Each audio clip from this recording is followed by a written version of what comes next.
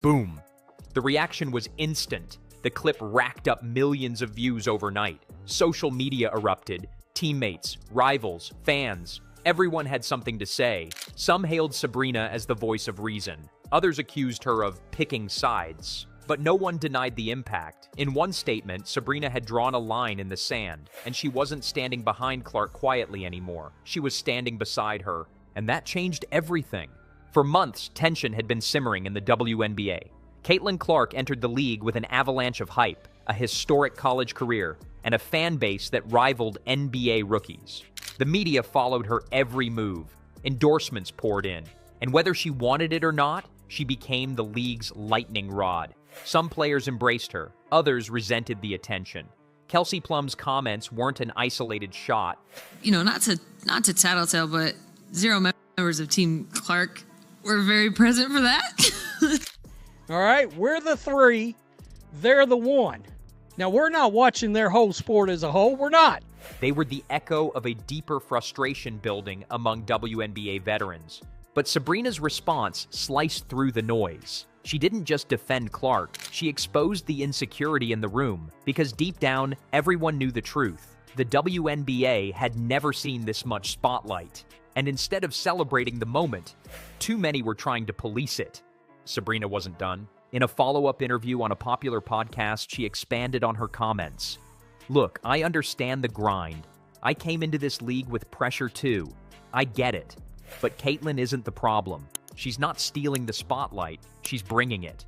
If someone's upset about that, maybe they should ask why they need a camera on them in the first place.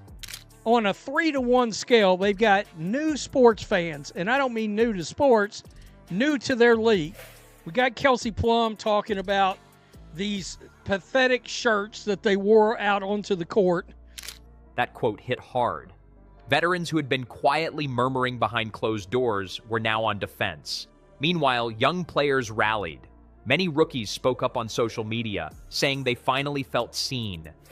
That Sabrina's words gave them permission to stop apologizing for being popular, for being followed, for being talked about.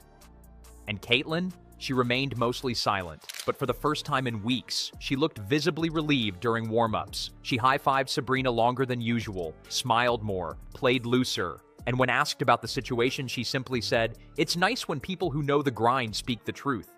But it wasn't all love. These WNBA players, they get more unlikable every day. Fans of other sports now watching their league.